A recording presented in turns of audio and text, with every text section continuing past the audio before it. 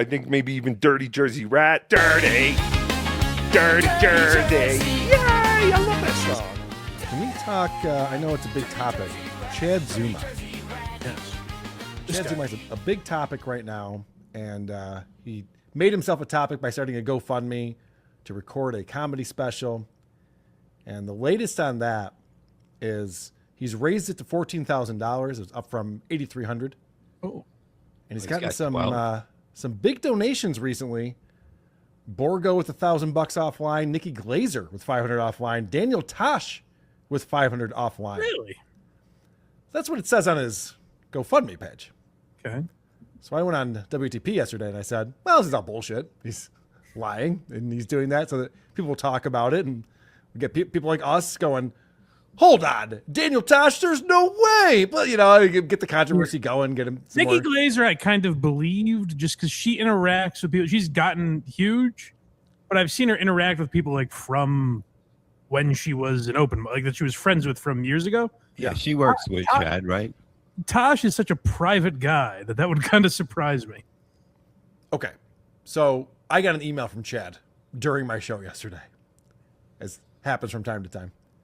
He said, I just saw the clip from your show. Nikki Glazer and Daniel Tosh both 100% donated to my GoFundMe because I asked them, and they zelled me without hesitation. Oh. Same with Tripoli, Swartzen, and Jeff Dye. That doesn't fit the narrative you and Anthony keep trying to paint about me. But the truth is that you're both making things up to pander to this corner of the internet. You're the one who lied and said they didn't donate. You lied, Carl. You're the liar. Now, I can tell you, Brian Landon did not write that one. That one was written by Chad Zumock. No, That's in his voice. Yeah, it's exactly as he speaks. So, according to Chad, the liar, he says that Nikki Glazer and Daniel Tosh both 100% donated to my GoFundMe because I asked them to. Now, this brings a question up in my mind. If he has rich, successful friends like Sam Tripoli and Nick Swartzen and Jeff Dye, Well, I don't know. Nikki Glazer, Daniel Tosh. I don't know how rich Sam Tripoli and like Jeff Dye are necessarily. All right, Jeff Dye had his own GoFundMe, but regardless. Yeah. Why does he need to start a GoFundMe and ask the Dabbleverse for money to film a special if he's got all this backing all of a sudden? Well, because they're not going to give him. I believe that. Like, I believe he's. If he is friendly with them, like I said, I kind of believe the Nikki one. If they still have some kind of relationship, $500 is different than funding the filming of a special. Yeah. Like, he's not going to go to Daniel Tosh and say, "Give me $20,000," but saying like, "Hey, can you donate to this GoFundMe I'm doing?" That it's definitely more believable, if nothing else. Why does he feel the need to raise it to $14,000? He was apologetic about raising it to $10,000. I was like, "Whoa, what?" He's like, "I'm sorry, the GoFundMe told me to do it. I clicked the thing, it did it." I don't know. So then he raises it to $14,000, and all the donations are famous people with large amounts of money. And you think that this is on the up and up, Mike? When you put it like that, it's like this is obviously to cause controversy, to get people talking. But is there Also, no verify? So on it says Daniel Tosh on GoFundMe, but like, how? Well, it's an offline donation. So basically, they send him money, and then he says he just says that it happened. Right. Okay. So what he could do is say, More- "Hey, I'd like to write you down for a $500 donation in your name on my, and you don't have to do anything, but I'm just, writing it down." I mean, he could put it down that way without receiving the money and put the money in himself if he wanted to. Anything could be happening, but it doesn't actually go into the GoFundMe. So he's going to lose money doing this special by sending money in. All the Whoa, time. Bob, thank you. I was just going to say the funny thing about this is that the more money he raises, the higher quality we expect from this product. That's true. He's put himself in a real conundrum here. And the other thing I worry about is getting like, if Chad is the type of person a lot of people accuse him of being, the fact that he sees this money coming in and he hits 8,300 and then 10,000 and raises it to 14,000, is he just collecting more and more money for himself?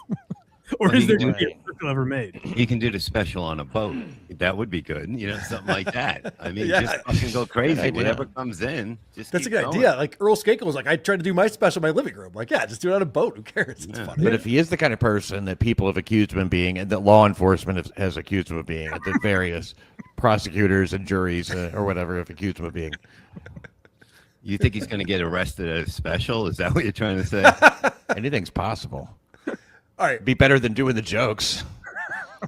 I'm sure you guys saw Anthony Cumia debating Chad about who's the thief and the liar. I hate those arguments. I mean, the main reason I didn't clip it is because I figured it was a few days ago, but I also just hate those arguments where like, it's just two guys yelling, and mostly Chad, but like two guys yelling, no, let me talk. You're talking. Just talk. Sometimes in a conversation, people talk over each other. That's just how conversations work. It wasn't the best back and forth I've ever heard before. Yeah, it was tough. The crux of it was Anthony was saying that Chad's a thief and a liar and he will steal all of this money from the GoFundMe. Mm-hmm. And Chad's whole thing was, you know what? I bet you're not even making that much money working for WABC and being syndicated across all those radio stations. So it became, prove it. I would actually call that a minor part of Chad's argument. I think most of it was just begging them to let him talk, even though his voice was heard on like 80% of it. Yes. All right. So what I find more interesting is Dave Serra coming on recently and explaining that, oh, Chad has fucked himself. He didn't realize he have to pay taxes on this stuff. And so I just have a quick clip here from MLC where Dave Serra, I don't think Dave Serra has this correct, but I think there is some truth to this. I think Chad is fucked because he's an idiot. Retarded. Everything is Tell taxed. him why he's dumb. Everything through GoFundMe is taxed, regardless. No, not everything. Not everything. all If you have a taxed. funeral, your shit's not taxed. All right, well, fair enough. If you're It's not a if you're gonna funeral. make it, All right, I'm having a funeral then. comedy special, your shit's taxed. Imagine you get to getting decide. financial advice from Dave Serra. Seriously, It's not He financial literally advice. It's wiped your GoFundMe dad's ass advice. for free rent. It's got- So let's yeah, just I put it in love my perspective. family, dude. I love my Yeah, family. 'cause you want free Guess rent. what? No, You no, no. wiped your Guess dad's what? ass for free no, no. rent. We know. No, guess You're 41. What? Yeah, We I don't get it. Bob, are you going to start a GoFundMe for your funeral? That's actually a pretty good idea. Give Jeter some tax-free money for that.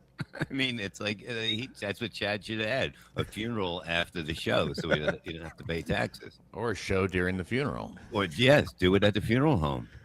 All right. But this is like that Dave Serra guy is right. It's not financial advice. It's Right. it's not advice. It's just saying, hey, Chad, watch out for the fucking taxes. So here's what Chad just said. He goes, no, the taxes are taken care of by GoFundMe. They are not. Here's the reality of it. If you're raising money for a charity, it's not taxed. That's just how the tax code works in the United States. If you're raising money for a comedy special, you're planning to distribute and market, and, you know, as your big Hail Mary to make you a big star, that is income. That is not a gift. That's just income. And they're not taking the taxes out for you. They're not your employer. That's not how that works. You gotta idiot. do it. Yes. You're going to you have to claim that. There will be, you know, GoFundMe will tell the IRS that's how much money they sent to you. And then you'll have to claim that and pay taxes on it. Even if you're like a 1099 employee or something, like Patreon doesn't take out taxes for you. You have to figure that out on your own. Of course, same with YouTube. I heard Chad say famously a couple of years ago that he made money back on his tax return. You're self-employed. You can't make money back. What are you talking about? That's I'm pretty self-employed hard. too. I know this works. You don't make money back. You just give money forever. They just keep giving money. I don't think he understands. Well, the other thing, was it with you last week, Carl, or maybe me and Cardiff were talking about this the other night? It never really dawned on me. I guess if you asked me, I would know it. But like when doing the calculation of Chad's money, it never dawned on me that GoFundMe obviously takes a cut too, which I didn't think of. And I don't know how big a percentage it is, but it's not nothing. Like I think 3%. 3%. This money keeps getting cut down. That's why he had to ask for more. That's why Daniel Tosh gave him $500 through Zelle. So wouldn't get the pretty nice. 3%. So anyway, we're all keeping an eye on Chad's special. See what happens with that. I'm rooting for him.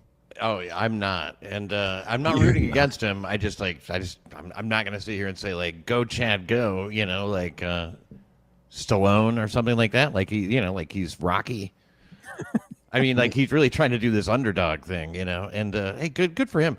I mean, he does manage to be the topic of conversation an awful lot. Yeah. I mean, I've never seen somebody do so much with so little. Gets zero respect, but gets a lot of people talking. So I don't know if that's a good trade-off.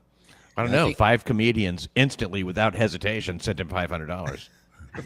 But he's got What? it pretty easy now because all you got to do is get a team together and they just do everything at this point. Truthfully, Was it all the same amount? Nikki and Daniel and Fortune? It was all $500. Yeah. That's a lot. yeah. Mickey put in 501 just to be a dick. You're the That's top a little dog. unusual. See, Bob, I know what you're saying, and you probably have experience with this. The problem is that Chad claims he's talked to all these people and venues and gotten all this figured out. He hasn't talked to anyone. He doesn't know who will help him, and he doesn't have enough money for an actual team to really do it correctly. Adam Bush put together a pretty extensive budget for him, what it's going to cost, and the editor. Adam's like, if you want an editor to really edit this thing, you need $4,500 to $5,000 just for that. Yeah, that's probably the most expensive for that person. You can get like even college kids that are taking, like doing movies and that stuff. They'll come and film it, and they got all the good cameras from the school and that shit. So you can do that. Is Chad allowed out of college campus? Well, it's also like now that there's been so much put on it, too, he could do it for virtually not. Like he could put a comedy set together for not much money and put it on YouTube. Like Lev Fur is a young comedian who uploaded a half hour. Like he basically spliced together clips of him to make a special because he didn't have any money to do an actual special. It actually turned out pretty well. Like, it was good. It was kind of a creative way to do it. There's like a theme to it that kind of pays off at the end. So like it made sense, and he did it for no money. He just filmed himself at the Comedy Cellar with his fucking iPhone or however he does it. Funny guy, right? A lot of good jokes. Yeah. I mean, when you strip it all down, that's really what matters. I mean, the production, all that stuff. If the Right. jokes are there, You could put a special together for no money, but now there's been such a thing on it where people are going to critique every aspect of it. Now they're going to critique the sound quality, the visual element, the setting, the stage setting. Like everything is going to be critiqued on it, as well as the jokes. So he set such a standard for himself by doing all this. No one watching a comedy special ever got just so distracted by the set. They were like, "Oh, this is hilarious." Oh wait, but I'll correct you. You haven't watched Joe Matarice's Mullets and Mixtapes yet. No, That is some set. What, he spent $30,000 on that? He got a- 130. I'm not joking. That's you right. He had that serious? big investor. Joe Matarice had some mystery benefactor pay $130,000 for his set. Wow, that's amazing. Yeah.